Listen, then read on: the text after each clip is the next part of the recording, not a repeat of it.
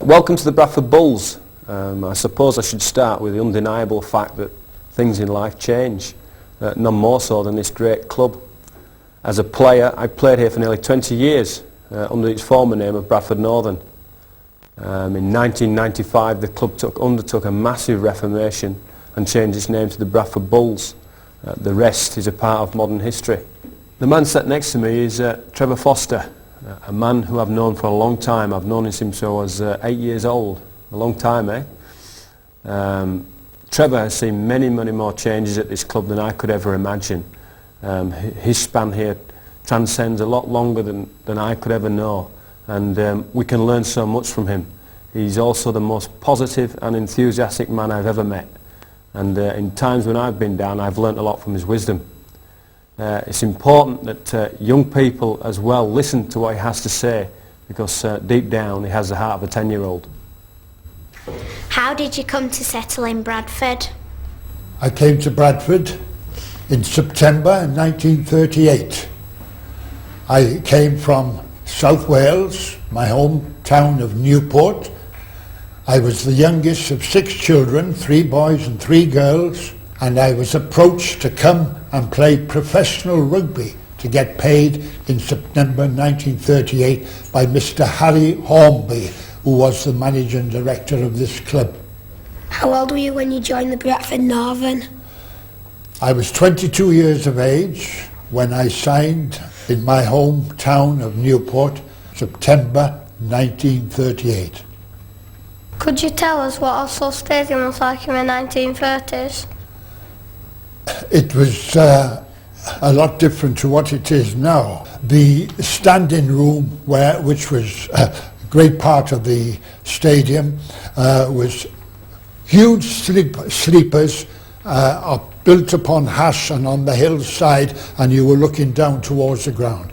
It was very plain and very ordinary. The great thing about it was the crowds of people in those days came to the stadium and enjoyed whatever the circumstances were. How was being a player in the 1930s different from being a player now? Tremendous difference.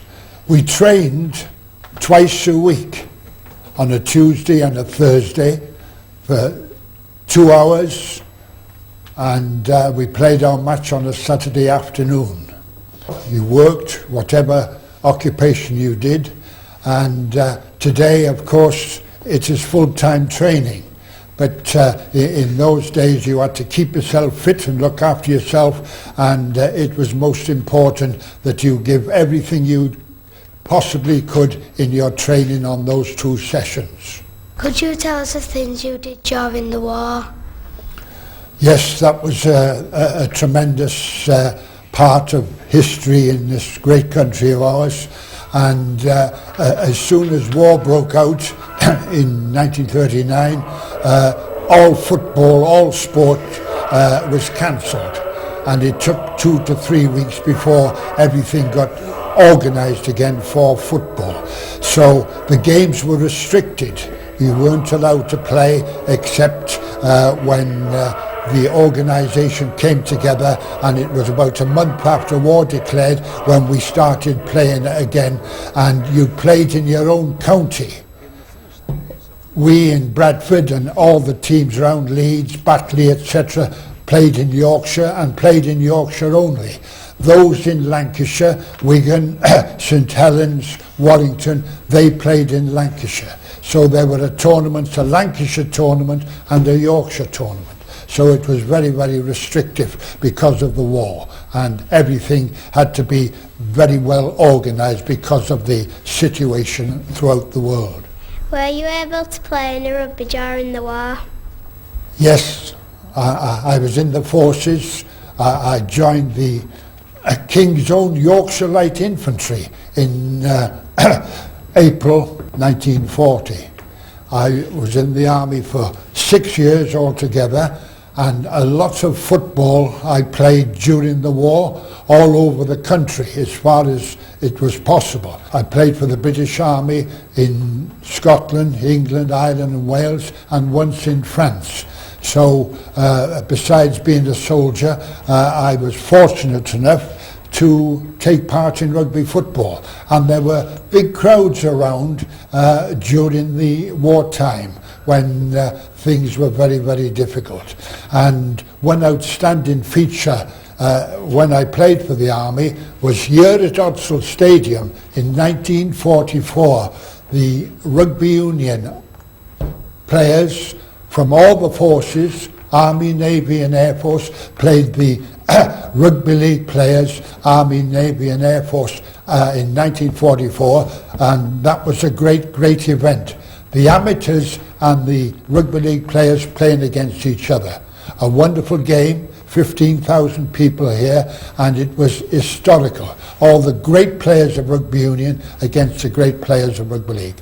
And it so happened, the last year of the war, I was posted or sent to the Middle East, and I went to Egypt, and I was in Egypt for 12 months and played a lot of rugby out there in a great ground called El Alamein, and I spent a lot of time playing out there, and wonderful, wonderful memories of those great games. So I played a lot of sport during the war.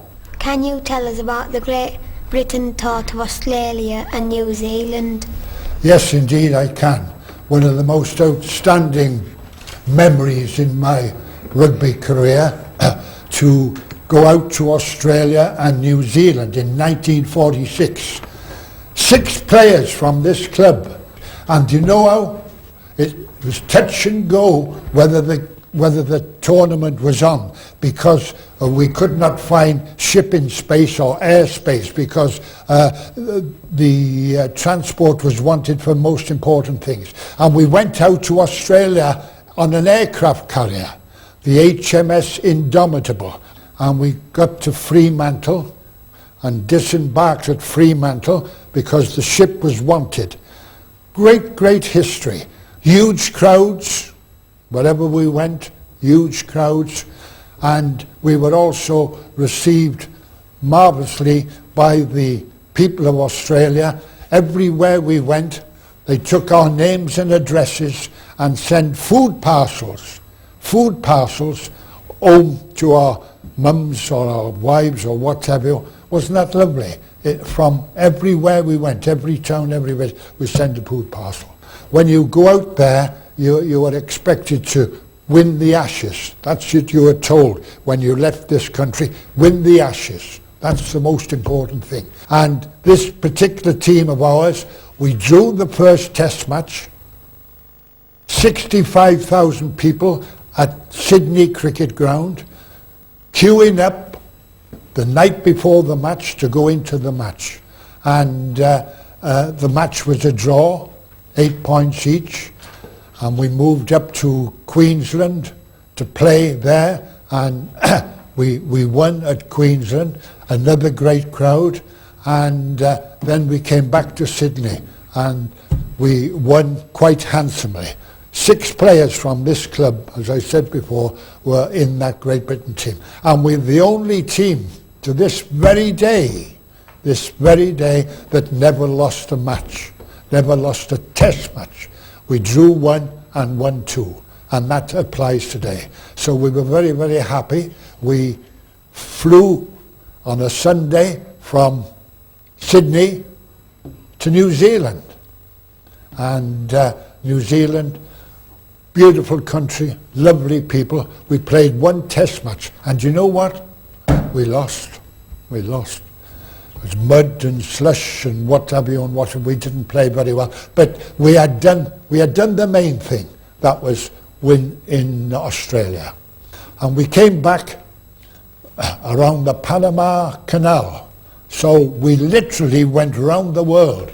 We started off at Gibraltar, Malta, etc., through the Suez Canal, and we finished off going the other side of the world through the Panama Canal. We arrived back in London on a Sunday night after 6 months away from home, and a most successful tour, unbeaten Great Britain tourists winning the Ashes. Something that will always live with me, all the wonderful memories, the comradeship when you're living together, all that time. Have you ever broken any bones? No. I was very fortunate in that respect. I was more or less injury-free, and despite the fact that it's a hard, tough, uncompromising game, I was very fortunate. The worst thing that happened to me was in Australia. I bumped my knee against another player on the second match in Australia, and I was out for most of the tour because my knee had swollen up, and it took a long time to get better. So that was the major injury that I had, a swollen knee in Australia, and I played the first 2 matches and the last 2, but I never broke any bones, thank goodness. When did you stop playing rugby? I stopped playing after 17 years playing first-class football for this great club. 1954, I played my last match for the first team against Hunslet, team in Leeds, Hunslet down here, and it so happened one of my greatest rivals, an Australian great forward named Arthur Clues, picked me up and put me on his shoulders and carried me off when I had a great reception. And I will always remember that. This great opponent of mine, Arthur Clues, where we had many battles throughout our career, and it was after 17 years that I got chaired off the field by him. Yes, 17 wonderful years of rugby football. What other jobs have you done at Bradford Northern and Bradford Bulls, and what did you do when you finished playing rugby? I spent most of my life after my career. I'd done some coaching. I was coach to the Rugby Football League for all the junior movements. I was coach here at Odsal, etc. But after that, and for 23 years, I was employed by the Education Department as an Education Welfare Officer. Have you heard of those? Education Welfare Officer, to do with school attendance and all school work, etc., all in the interest of young people. And I was 23 very happy years before I retired with the Education Department in Bradford. And I was also connected with sport in the schools as I went round all around the different schools, etc. So I was with young people most of my career, which I enjoyed, and I still go around the schools and to various organisations talking about rugby, football, etc. And that I enjoy very much, as I enjoy talking to you lovely children at this moment. How did you feel when the Bulls won the Cup at Murrayfield in year 2000? Over the moon. That's an expression. One of the greatest days in my career, to see the team after 51 years come back and win this trophy at Murrayfield. An historical day, a great day for this city, something that will never be forgotten. I had the pleasure of holding the cup when those wonderful players of ours brought the cup back to this city after 51 years. A tremendous feeling, something that will always be very near my heart for the club which I have played and loved for so long. A wonderful, wonderful, monumental day in the history of the great club, the Bradford Bulls. How many games did you play for Bradford Northern? How many points did you score, and what was the highest number of tries you scored in a game? Yes, I played 17 years and I was injury-free except for that occasion in Australia. So I must have played some hundreds of games. How many points? I couldn't say offhand, except that I scored over 100 tries. I have a book which I will show you afterwards, which has the history of how many points I scored, the history of Bradford Northern, etc. But would you believe it? One day, on Easter Tuesday, 1948, down here, I scored 6 tries. 6 tries, would you believe that? Most unusual. It's not the record is 7. But I scored 6 down here against Wakefield Trinity in 1944. And it's always nice to score a try, but to score 6 is something most unusual. But that was the sort of team we had, everybody for everybody, passing the ball and giving me the chance. So I'm very proud of the fact that I got 6 tries because of all my comrades in the team put me over for tries. I just had to walk over, plant the ball down. My granddad said you had a special pet. Would you tell us what it was? Yes, we had a pet in our house. My 3 brothers, my 3 sisters and what have you. And do you know what it was? A monkey. A monkey. And we called it Mickey Forster. A great, great, great friend. We had it for a number of years. And it used to... My parents kept a public house, and we had a long backyard, and on the long backyard was a big high wall like this, and the monkey, Mickey, used to be strung to the washing line and going up and down when the children were going to school. And it would be doing all sorts of tricks, this monkey, somersaults, standing on its hands, making funny noises, etc. And all the children going to school used to love to see it. And on their way to school, near where we lived, they'd stop and talk to Mickey, etc., and had a wonderful time. And you know what happened? One of the teachers came to see my mum and dad and said, "Your boy, Mickey Forster, is stopping the children going to school and they're keeping them late at school. Will you please tell your Mickey?" And my mother said, "Mickey Forster is not a boy, Mickey Forster is a monkey." She thought it was somebody, etc. But he was there doing somersaults and stopped them going to school because they loved and enjoyed watching Mickey. But that was unusual to have a monkey, and it was a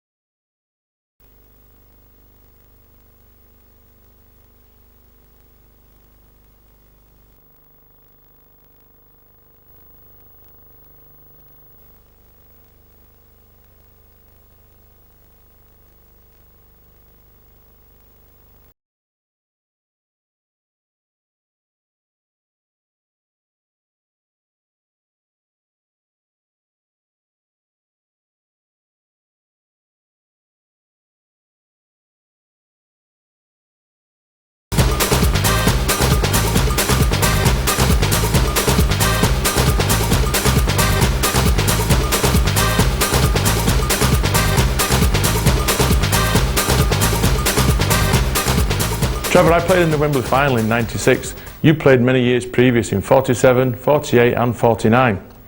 The preparation for that game must have been far different to the way I prepared in '96.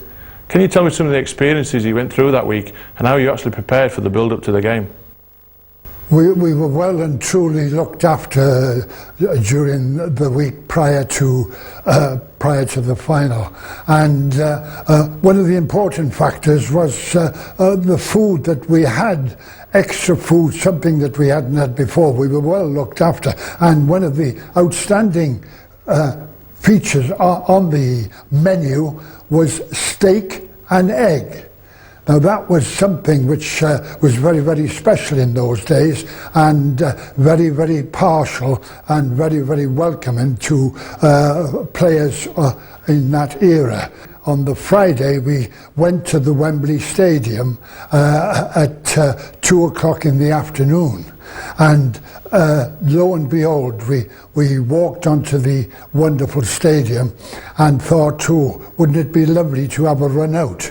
Well, we were told ever before we got to Wembley that we would not be allowed on the pitch, but our great manager, Di Rees, the man that led us to the 3 Wembley finals, went and saw the groundsman, and we were allowed to train for an hour on the pitch. We had taken our training kit, etc., and this was a great help to run around on the stadium, nobody there, but getting the feel of the whole atmosphere, getting the feel of the size of the field. That was a very, very important factor in our victory. When we'd finished, we were there an hour, along come the Leeds team, and that was about 4 o'clock in the afternoon, and they were not allowed to go on the pitch. So we had one up in respect of that particular afternoon. On the Saturday morning, we were very excited very nervous in many respects, and we left our hotel in good time on our way to the great Wembley Stadium, where the old sporting world eyes would be on us that particular afternoon. We got to Wembley about 1:30 prior to the 3 o'clock kickoff, into the dressing rooms, and getting various treatments and massage, etc. A very, very nervous time where you were wondering how you were going to go on, and hoping that you would be on your best football form, etc. This was the occasion of a lifetime. So the dressing room was very quiet right up to the point when we were summoned into that great tunnel prior to walking out onto the field. And that tunnel, which you pass through, we had to wait there until we were called, very, very cold, etc. But then coming out into the open and seeing that sea of faces all round the ground was a most remarkable event. And all of us looking to see if you could see your friends or your family, to give them a wave as we walked to the centre part of the stadium to be greeted and introduced to the Duke of Gloucester. And the royalty were there to greet us. That was a most momentous occasion, and it was such a nerve-wracking affair. You were wanting to get that ball kicked off, you wanted the whistle to blow, you wanted to take part in the great game of rugby. This particular match was something very, very special. Two close rivals, Leeds and Bradford, two great rivals and two great friends. And the remarkable thing about the Leeds team, which we had to take particular notice of, was the fact that they had not had a try scored against them during all the cup ties. Goals had been kicked against them, but no try. So that led us to the belief that they were a very, very strong tackling side. So that's something that we had to overcome. And lo and behold, our great manager, once again, Di Rees, brought out a particular plan of campaign. And the plan of campaign was this. He had Donald Ward, our scrum half, to go acting half-back at all play the balls and pass the ball wide from play the ball. Pass the ball much wider than usual, because these 6 huge forwards of the Leeds team, we had to avoid any close quarter work with them, with this ball going wide. And the best man to pick up the ball and pass it wide is the scrum half, because part and parcel of his particular job is to use the ball and feed away with good passes. So that tactic played off very, very well. And as I say, the ball was moved wide. So these 6 Leeds forwards had to chase across the field much more than they usually did. So eventually they were becoming tired, and they were strolling to the places where they should have been. That gave us great scope and proved very, very professional, that the ball got through to the backs very, very often. In the second half, the scores were close. Bert Cook, New Zealand fullback, kicked a goal. Ernest Ward, our great captain, kicked a goal. And Emlyn Walters, our Welsh wing, got a try. And in the last 10 minutes, the ball was kicked up in the air into the Leeds 25. Bert Cook went up to catch the ball and missed it. And the ball fell into my hands, and I had the great privilege of walking over the line and scoring a try. And that was the most wonderful event, one of the most wonderful events in my career. We won the cup 8 points to 4. Up we go to the Royal Box, received this cup, 90,000 people, etc., into the dressing room. Ernest Ward put the cup on the table in the dressing room, and Di Rees-Home, manager, said, "You know what, boys? You have never asked about money. You have never asked about terms." And that shows you what sort of endeavour we had. We went there to play for ourselves, for our city, for the Bradford Northern town. And we never asked about money, and that is slightly different to what it is today. We never asked about money, and we won the cup, and we were due back in Bradford on the Monday night to a great, great, great reception. Tremendous, tremendous. The greatest crowd ever to receive us back. Well, that was something that will live with me for the rest of my life.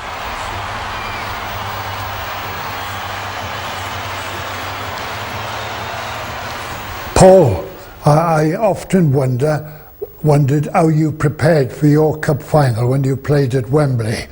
I just wondered what happened in your day. I turned up at training 10 o'clock as usual, but things were different. The children had come along to wave off their dads. We had our bags packed. We were ready to set off to go to Wembley. I've waited 12 years to play here. Am I going to make it? Luckily for me, I made it onto the subs bench. I was in the 17. At last I knew I was going to play at Wembley. After we trained Friday morning, we had a special treat. We were allowed to visit the stadium for half an hour. And we had half an hour slot to walk around, look at the dressing rooms, soak up the atmosphere. It wasn't the first time I'd been to Wembley. I've been many times before as a supporter, but it was the first time I'd actually had access to the dressing rooms. It was the first time I'd walked up the tunnel, and it was the first time I'd been on the pitch. The place looked huge, massive. We'd arranged for breakfast to be served from 7 till 11, so at any time the players could mosey on down, have the breakfast, have anything they want, and then go back to bed or do what they felt they wanted to do. Some players used to go for a light run on the morning of a game. Some players used to have a rest. Some players used to go to sleep. It was up to the individual player how he prepared best for the game, what made him feel the best and how he could prepare for the best. I went out for breakfast at 7:30, had a light breakfast, went back upstairs to my room, lied down on the bed and relaxed. About 10:30, had a shower, and then just moseyed around the room, thinking about the game, going through my tip sheets, going through the game plan, getting ready for the big event. The bus was due to leave at 11 o'clock. We didn't leave till about 11:30 due to one or two players being a bit late down, but we didn't think it really mattered. We were an hour and a half from Wembley, which I didn't think was a major problem because we did have 2 police escorts. But eventually the journey did take nearly 2 hours to make, and it was a long journey, especially on a very hot day through the centre of London. On the bus we had to consume 2 to 3 litres of water while we were travelling. And as we went along, it was lucky that we did have a toilet on the bus, because we spent a lot of time on that bus. As we started approaching the stadium, you could see that we were getting nearer, because as each time you were passing pubs and venues, there were people, there were supporters of St Helens and Bradford. We pulled up towards the stadium, and we actually drove into the stadium. And the doors were shut behind us. Quite amazing that a full bus went into the stadium and then shut the doors behind us. We then got off the bus, went into our dressing rooms, and we'd been chosen in the home dressing rooms. So we went in, they were huge, they were massive, massive baths, vast expanse of space. Players' kits were already hung up on the pegs, ready to play the game. In the corridors, the noise was very, very quiet, almost silent. The players were silent. They were all focusing on the game. Not the usual banter, not the usual jokes. They were all fully focused on the game ahead. Then the call said, "Let's go!" And we set off up the tunnel. The big slope up the tunnel. And all you could see at the end was just a light at the end of the tunnel. And as you progressed up, it became clearer and clearer and bigger. But yet you still heard no noise. It was in the darkness and silence of the tunnel. And as you start to approach the top of the tunnel, it starts to level out and plateaus off, and the light becomes bigger, the tunnel end becomes bigger, and then you can just start to see an odd few fans leaning over the tunnel entrance. We could start to see our fans in the distance. The Bradford fans were at the far end, flags are waving, carrying on. There was not much noise, and then suddenly within 3 metres you'd walked into absolute deafness. And as the noise came around, you could feel the noise vibrating on your body. And even now, I still get shivers down the spine talking about it. That's the immense emotion and feeling that the players had, and that I felt. My legs were like jelly walking out. I had a 50-metre walk to the halfway line, and the noise was unbelievable. There were just 78,000 people cheering and shouting. It's just something I just can't describe. As we stood in line, we were introduced to John Prescott, the Deputy Prime Minister, who had come to watch the game. He was a very keen rugby league fan, coming from Hull. As we shook, we had a chat, a little bit of banter, and then he moved on to the next players. Then there was the national anthem of the Rugby League Challenge Cup, Abide With Me. Again, there was shivers going down your spine and a massive noise. Then we sang the national anthem, and then the players knew the time was coming to start playing the game. And as soon as the national anthem had finished, the players ran off onto the field, and me as a substitute made our way to the benches, knowing that the time had come, the old time that I'd been waiting for 12.5 years. I sat on the bench and waited eagerly to take part in the game. I generally went on within 20 minutes of the game starting, so I started to warm up, started to run about. The first few strides I set off the bench, my legs were like jelly. I could not feel them. I thought, what's going on? Who's pinching my legs? But I started rolling, I started getting to the feel of the game. I started ripping down the touchline. I was eager, I wanted to get on there. Eventually the call came down on the walkie-talkie. It was, Meadows, you're on. Went to the side of the pitch, and on I went. 12.5 years as a professional, and probably 16, 17 years of my life I'd waited, and eventually I did it. I walked out onto that turf, and I played the game. Robbie Paul scored the first ever hat-trick at Wembley. We played in what has supposedly been the best ever final at Wembley, and I'll never forget the feeling of playing there, but I'll also never forget the feeling of losing. One of the most hardest points of my career was that final hooter going, and we knew we'd lost. Then having to go up the stairs and collect the loser's medal, and watch St Helens celebrate for all their joy the winning of the Challenge Cup.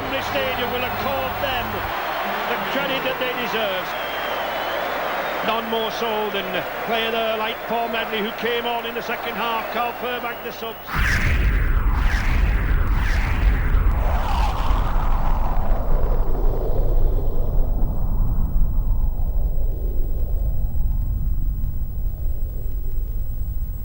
Friday, after breakfast, we had a chance to go around Murrayfield, and there was a lot of anxious people because of Murrayfield being under 3 feet of water. Normally you get the chance to practice and kick around, but with the field being so saturated in water, we didn't have that chance this time. So really it was just a quick look around, have a look at the changing rooms, and they were still doing a big mop up there, so there was a lot of anxious faces, and they had a helicopter there trying to dry out the ground, and policemen coming in. They drafted extra policemen in and firemen to come and help clean up the ground, so they did a great effort. And we were nervous anyway, so we just wanted to have a quick look and get out there and just relax at the hotel. We got back to the hotel, we had another team meeting, the last really chance to get together as a team and talk about what we were going to do on the day. Then we were really left to ourselves again to watch TV, just relax, do any extra last minute physio, stretching, and then we had dinner as a team. Nice, everything carbohydrate, high in pasta and potatoes, and high in carbohydrates to make sure that everyone's got loads of energy for the game. And then a good night's sleep, if you can sleep, if you haven't got too many nerves. And that was Friday, gone. We knew the next day we were into it.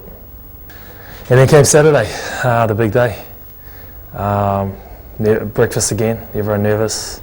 Lots of people running around, doing last minute checks and making sure all the gear was correctly packed, and the kit that we were wearing on the day was all in there, and there was a couple of extra sets just in case anything went wrong. Team meeting again, loads of water for breakfast. There was loads of water everywhere. In every room we went into, there's water, water, water. Carl Jennings running around making sure everyone's hydrated. And then we're on the bus in our team suits to make sure we look our best with our bros. And basically we were onto the bus and off to Murrayfield. Driving to the ground, see loads of the Leeds fans and loads of the Bradford fans all congregating around Edinburgh town. There were still loads of big puddles, and the whole city was still underwater. But as we drove through, we had a police escort, so the police got us there without no worries, and we didn't have too many hold-ups, because a lot of people bang on the bus and try and wave their Leeds flag in our faces and try and intimidate us, but it didn't work. I got to the ground, everyone's still pretty nervous, got a quick look around at the stadium, it was starting to fill up by this time. And then in the changing rooms, all our gear was laid out, all our warm-up gear was laid out, all your injuries and that were sorted out, you got stripped. We had the warm-up in the changing room, everyone had their trainers on, doing some high stepping, playing with the ball, doing some tackling, running around on the spot, doing extra stretches.